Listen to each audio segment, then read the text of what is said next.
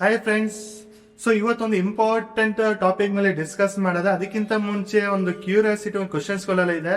So ಏನ್ question ಅಂತ ನೋಡೋದ. ಫಸ್ಟ್ ಕ್ವಶನ್ ಬಂದು, ಸೊ ನಾವು ಟ್ರಾವೆಲ್ ಮಾಡ್ಬೇಕಾದ್ರೆ ವೆಹಿಕಲ್, ಯಾವ್ದೋ ಒಂದು ವೆಹಿಕಲ್ ಇರ್ಬೋದು, ಬಸ್ ಇರ್ಬೋದು, ಕಾರ್ ಇರ್ಬೋದು. ಸೊ ಸಡನ್ ಬ್ರೇಕ್ ಆಗ್ತಾಗ ಸೊ ನಾವು ಮುಂದಕ್ಕೆ ಹೋಯ್ತೀವಿ. ಸೊ ಏನಕ್ಕೆ ನಾವು ಮುಂದಕ್ಕೆ ಹೋಯ್ತೀವಿ?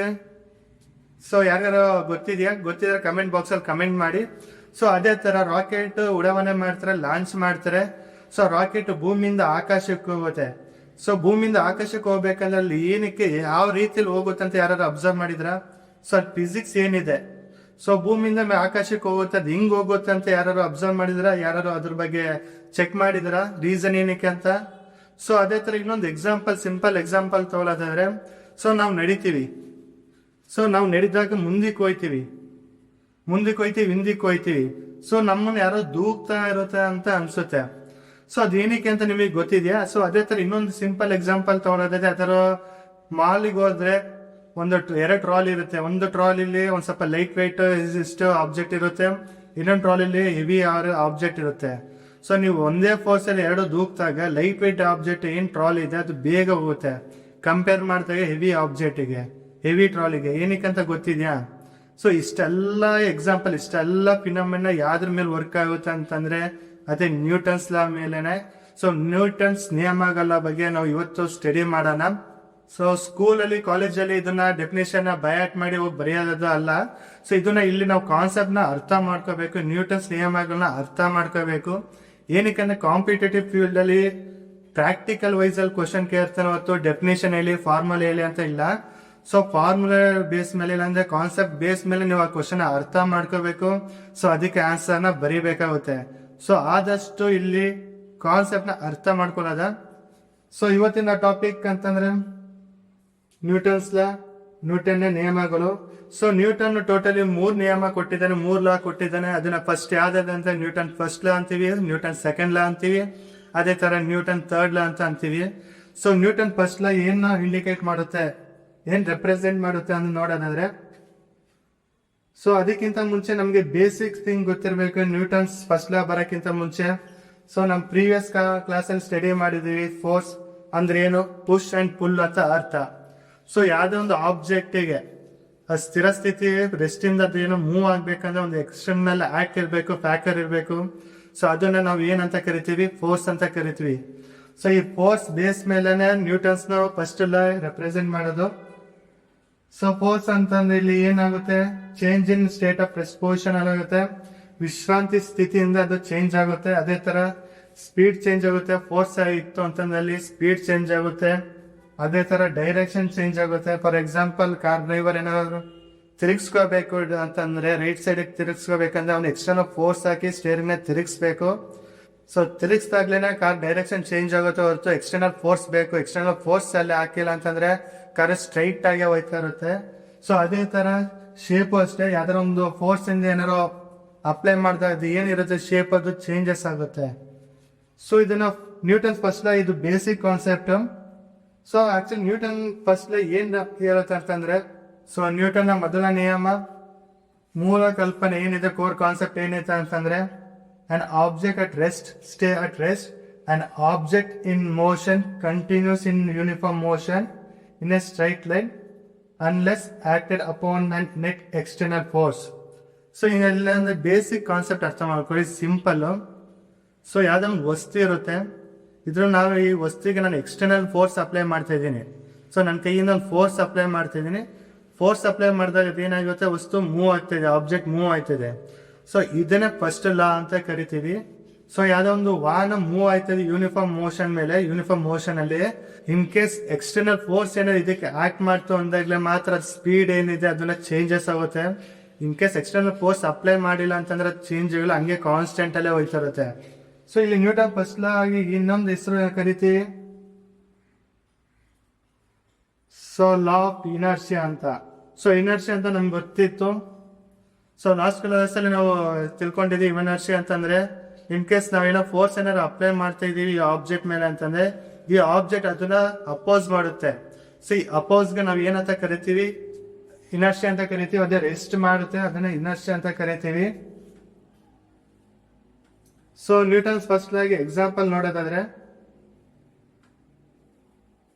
ಸೊ ಇಲ್ಲಿ ನೋಡ್ಬೋದು ಒಂದು ಟೇಬಲ್ ಮೇಲೆ ಬುಕ್ ಇಟ್ಟಿದ್ದಾರೆ. ಈ ಬುಕ್ ಯಾವಾಗಲೂ ಸ್ಥಿರ ಸ್ಥಿತಿಯಲ್ಲಿ ಇರುತ್ತೆ, ರೆಸ್ಟ್ ಪೊಸಿಷನ್ ಇರುತ್ತೆ. ಯಾವಾಗ ಅನ್ಲೆಸ್ ನಾವೇನಾದ್ರು ಎಕ್ಸ್ಟರ್ನಲ್ ಫೋರ್ಸ್ ಏನಾದ್ರು ಅಪ್ಲೈ ಮಾಡಿದ್ರೆ ಮಾತ್ರ ಅದು ಬುಕ್ ಚೇಂಜ್ ಆಗುತ್ತೆ. ಸೊ ಆ ಜಾಗದಿಂದ ಮುಂದಕ್ಕೆ ಹೋಗುತ್ತೆ, ಆ ಜಾಗದಿಂದ ಹಿಂದಕ್ಕೆ ಬರುತ್ತೆ. ಇನ್ ಕೇಸ್ ಫೋರ್ಸ್ ಏನಾದ್ರು ಅಪ್ಲೈ ಮಾಡಿಲ್ಲ ಅಂತ ಅಂದ್ರೆ ಆ ಬುಕ್ ಅಲ್ಲೇ ಸ್ಥಿರ ಸ್ಥಿತಿಯಲ್ಲೇ ಇರುತ್ತೆ. ಸೊ ಇದನ್ನೇ ನ್ಯೂಟನ್ಸ್ ಫಸ್ಟ್ ಲಾ ಅಂತ ಅಂತೀವಿ. ಸೊ ಇದಕ್ಕೆ ಇನ್ನು ಕೀ ಟರ್ಮ್ ನೋಡೋದಾದ್ರೆ, main important term Newton's first ಲಾಗೆ ಇನರ್ಷಿಯಾ. ಸೊ ಇನರ್ಷಿಯಾ ಇದ್ರ ಬೇಸ್ ಮೇಲೆನೆ ನ್ಯೂಟನ್ಸ್ ಫಸ್ಟ್ ಲಾ ರೆಪ್ರೆಸೆಂಟ್ ಆಗಿರೋದು. ಸೊ ಇದನ್ನ ಇನ್ನೊಂದು ಹೆಸರನ್ನು ಕರೀತಾರೆ ಲಾ ಆಫ್ ಇನರ್ಷಿಯಾ ಅಂತ. ಏನಕ್ಕಂದ್ರೆ ಇದೇ important concept Newton first law ದಲ್ಲಿ. ಏನಕ್ಕಂದ್ರೆ ಫೋರ್ಸ್ ಆಕ್ಟ್ ಮಾಡ್ತಿದ್ದ ಆಬ್ಜೆಕ್ಟ್ ಮೇಲೆ, ಸೊ ಆಬ್ಜೆಕ್ಟ್ ಚೇಂಜಸ್ ಆಗ್ತಿದೆ, ಪೊಸಿಷನ್ ಚೇಂಜ್ ಆಯ್ತಾ ಇದೆ. So in case force act ಮಾಡಿಲ್ಲ ಅಂತ ಅಂದ್ರೆ ಅಲ್ಲಿ ಪೊಸಿಷನ್ ಚೇಂಜ್ ಆಗಲ್ಲ. ಸೊ ಇದನ್ನ ನ್ಯೂಟನ್ಸ್ ಫಸ್ಟ್ ಲಾ ಅಂತ ಕರಿತೀವಿ. ಸೊ ನ್ಯೂಟನ್ಸ್ ಸೆಕೆಂಡ್ ಲಾ ನೋಡೋದಾದ್ರೆ,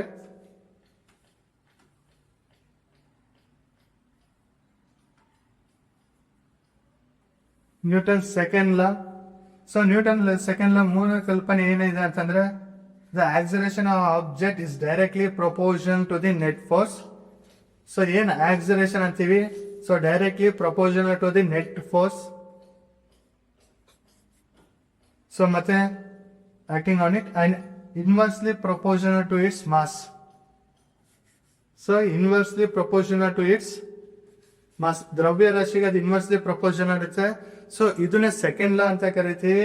ಇನ್ ಕೇಸ್ ಇದನ್ನ ಫಾರ್ಮುಲಾ ಡಿರೈವ್ ಮಾಡಕ್ಕೆ ನಾವು ಹೋದಾಗ A is equal to F divide by M ಅಂತ ಕರಿತೀವಿ. ಸೊ ಇಲ್ಲಿ force is equal to M into A. So ಇದನ್ನ mathematically formula F is equal to M into A. So F is equal to M into A ನ Newton second law represent ಮಾಡುತ್ತೆ. So ಒಂದು example ನೋಡೋದಾದ್ರೆ, ಇದನ್ನ ಅರ್ಥ ಮಾಡ್ಕೋಬೇಕು. Example ನೋಡೋದಾದ್ರೆ,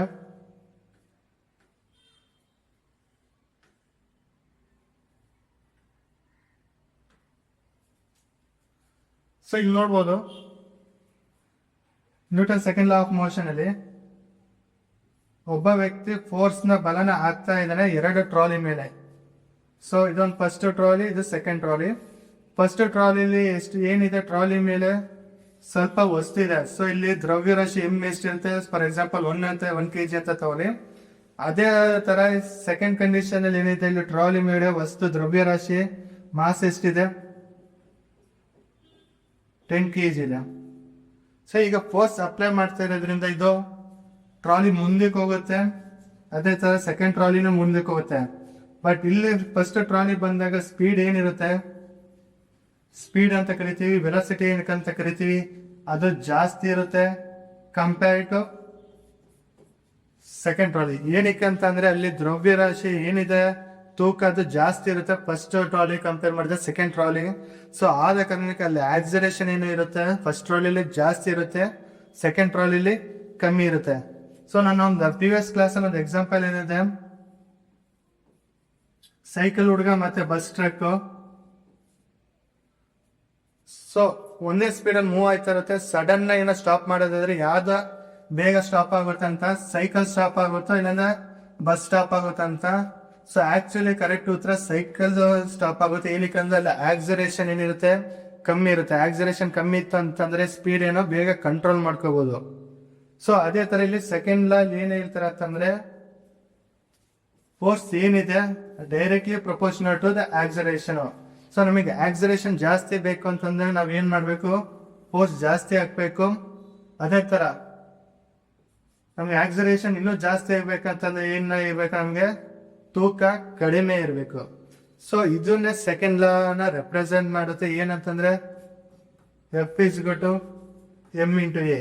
so Newton second law ಇದ್ರ ಬೇಸ್ ಮೇಲೆ ಅವ್ರು ಎಕ್ಸ್ಪ್ಲೇನ್ ಮಾಡಿರೋದು. ಸೊ ಯೂಶಲಿ ಡೈಲಿ ಲೈಫ್ ಈ ತರ ಎಕ್ಸಾಂಪಲ್ ನಾವು ನೋಡ್ತಾ ಇರ್ತೀವಿ. ಸೊ ಇನ್ನು ಸಿಂಪಲ್ ಎಕ್ಸಾಂಪಲ್ ತಗೊಳ್ಳೋದ್ರೆ ಪ್ರಾಕ್ಟಿಕಲ್ ವೈಸ್ ಅಲ್ಲಿ, ಸೊ ಒಂದು ಟ್ರಕ್ ಹೋಯ್ತಾ ಇರುತ್ತೆ, ಎರಡು ಟ್ರಕ್ ಹೋಯ್ತಾ ಇರುತ್ತೆ, ಒಂದು ಎಂಟಿ ಟ್ರಕ್, ಇನ್ನೊಂದು ಟ್ರಕ್ ಅಲ್ಲಿ ಲೋಡ್ ಇರುತ್ತೆ. ಸೊ ಇದನ್ನ ಯಾರು ಜಾಸ್ತಿ ಸ್ಪೀಡ್ ಅಲ್ಲಿ ಹೋಯ್ತಾರೆ ಅಂತಂದ್ರೆ ಸೇಮ್ ಫೋರ್ಸ್ ಕೊಟ್ಟಿರ್ತಾರೆ, ಆಕ್ಸಲರೇಷನ್ ಏನ್ ಓದ್ತಿರ್ತಾನೆ ಅವನ ಆಕ್ಸಲರೇಷನ್ ಸೇಮ್ ಓದ್ತಿರ್ತಾನೆ.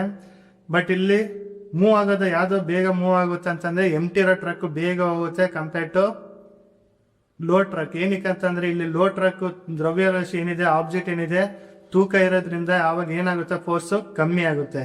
ಸೊ ಈ ತರ ಪ್ರಾಕ್ಟಿಕಲ್ ಡೇ ಟು ಲೈಫ್ ಅಲ್ಲಿ ಅದನ್ನ ಅಬ್ಸರ್ವ್ ಮಾಡ್ತಿರ್ತೀವಿ. ಫಾರ್ ಎಕ್ಸಾಂಪಲ್ ದಂಗೆ ಸೈಕಲ್ ಮತ್ತೆ ಟ್ರಕ್. ಸೊ ಆಕ್ಸಿಲರೇಷನ್ ಜಾಸ್ತಿ ಇರೋದಕ್ಕೆ ಏನಾಗುತ್ತೆ, ಸೊ ಫೋರ್ಸ್ ಕಂಟ್ರೋಲ್ ಸಿಗಲ್ಲ. ಸೊ ಸ್ಟಾಪ್ ಆಗೋದು ಏನಾಗುತ್ತೆ, ನಿಧಾನ ಆಗುತ್ತೆ. ಸೊ ಈ ತರ ಡೇ ಟು ಡೇ ಲೈಫ್ ಅಲ್ಲಿ ನಾವು ಇದನ್ನ ನೋಡ್ತಾ ಇರ್ತೀವಿ, ಅಬ್ಸರ್ವ್ ಮಾಡ್ತಾ ಇರ್ತೀವಿ. ಸೊ ಇದನ್ನ ಅಪ್ಲೈ ಆಗುತ್ತೆ, ನ್ಯೂಟನ್ ಫಸ್ಟ್ ಲಾ ಇದು ಅಪ್ಲೈ ಆಗುತ್ತೆ, ಸೆಕೆಂಡ್ ಲಾ ಅಪ್ಲೈ ಆಗುತ್ತೆ ಅಂತ ನಮ್ಗೆ ಗೊತ್ತಾಗಲ್ಲ. ಸೊ ಆದಷ್ಟು ನಿಮ್ಮ every day to day life so ಅದನ್ನ ಥಿಂಕ್ ಮಾಡ್ತಾ ಇದ್ದೀರಿ. ಸೊ ಈ ಕಾನ್ಸೆಪ್ಟ್, ಈ ಫಿನಾಮಿನಿಗೆ ಯಾವ ಫಿಸಿಕ್ಸ್ ಅಲ್ಲಿ ಯಾವ ಫಾರ್ಮುಲಾ ಅಪ್ಲೈ ಆಗುತ್ತೆ, ಸೊ ಇದು ಯಾವ ಲಾ ಇಂದ ಡಿರೈವ್ ಮಾಡಿದ್ರ ಅಂತ. ಸೊ ಅವಾಗ ನೀವು ಎಕ್ಸಾಮ್ ಅಲ್ಲಿ ಈಸಿಯಾಗಿ ಸ್ಕೋರ್ ಮಾಡ್ಬೋದು. ಸೊ ನ್ಯೂಟನ್ ಫಸ್ಟ್ ಲಾ ನಮ್ಗೆ ಗೊತ್ತಾಯ್ತು, ಯಾವುದೇ ಒಂದು ವಸ್ತು ಚೇಂಜ್ ಆಗ್ಬೇಕಂತಂದ್ರೆ ಅಲ್ಲಿ ಎಕ್ಸ್ಟರ್ನಲ್ ಫೋರ್ಸ್ ಆಕ್ಟ್ ಆಗಬೇಕು. ಸೊ ಅಲ್ಲಿವರೆಗೆ ಅದು ಸ್ಥಿರ ಸ್ಥಿತಿಲಿ ಇರುತ್ತೆ. ಸೊ ಅದು ನ್ಯೂಟನ್ ಫಸ್ಟ್ ಲಾ ಅಂತೀವಿ. ಸೊ ಅದು ಲಾ ಆಫ್ ಇನರ್ಷಿಯಾ ಅಂತ ಕರಿತೀವಿ. ಸೊ ನ್ಯೂಟನ್ಸ್ ಸೆಕೆಂಡ್ ಲಾ ಏನ್ ಹೇಳುತ್ತೆ, F is got M A into A ಅಂತ ಅಂತೀವಿ. ಸೊ ಅದನ್ನ ನ್ಯೂಟನ್ಸ್ ಲಾ ಆಫ್ ಆಕ್ಸಲರೇಷನ್ ಅಂತ ಕರಿತೀವಿ. ಸೊ ಇದನ್ನ ಇಂಪಾರ್ಟೆಂಟ್.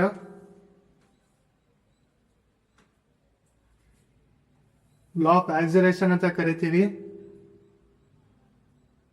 ಸೊ ನ್ಯೂಟನ್ಸ್ ಥರ್ಡ್ ಲಾ ಏನ್ ರೆಪ್ರೆಸೆಂಟ್ ಮಾಡುತ್ತೆ ಅಂತಂದ್ರೆ,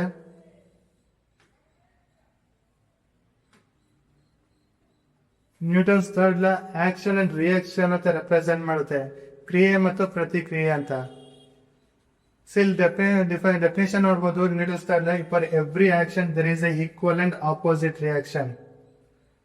ಸೊ ನಾನು ಈಗ ಹೇಳ್ದಂಗೆ, ಸೊ ಇಲ್ಲೊಂದು ಆಕ್ಷನ್ ಮಾಡ್ತಿದ್ದೀನಿ, ನಾನು ಫೋರ್ಸ್ ಅಪ್ಲೈ ಮಾಡ್ತಾ ಇದ್ದೀನಿ. ಸೊ ಅದೇ ತರ ಈ ಆಬ್ಜೆಕ್ಟ್, ಈ ಪೆನ್ ಏನಿದೆ ಅದೇ ತರ ಅದನ್ನು ಫೋರ್ಸ್ ಅಪೋಸಿಟ್ ಅಲ್ಲಿ ಕೊಡ್ತಾ ಇರುತ್ತೆ, ರಿಯಾಕ್ಷನ್ ಕೊಡ್ತಾ ಇರುತ್ತೆ. ಸೊ ಈ ಫಿನಾಮಿನಾಕ್ಕೆ ಏನಂತ ಕರಿತೀವಿ ಅಂತಂದ್ರೆ ನ್ಯೂಟನ್ಸ್ ಥರ್ಡ್ ಲಾ ಅಂತ ಕರಿತೀವಿ. ಫಾರ್ ಎವ್ರಿ ಆಕ್ಷನ್, ಇಲ್ಲಿ ಆಕ್ಷನ್ ಬಂದು ನಾನು ಏನ್ ಮಾಡ್ತಾ ಇದ್ದೀನಿ, ಇದನ್ನ ದೂಕ್ತಾ ಇದ್ದೀನಿ, ಕೈ ಬೆರಳಿಂದ ಇದನ್ನ ದೂಕ್ತಾ ಇದ್ದೀನಿ.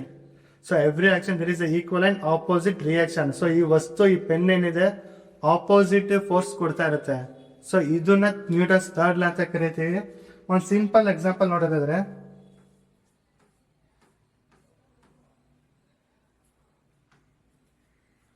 ಸೊ ಇಲ್ಲಿ ನೋಡ್ಬೋದು, ಒಬ್ಬ ವ್ಯಕ್ತಿ ಒಂದು ಆಬ್ಜೆಕ್ಟ್ ನ ದೂಕ್ತಾ ಇದ್ದಾನೆ.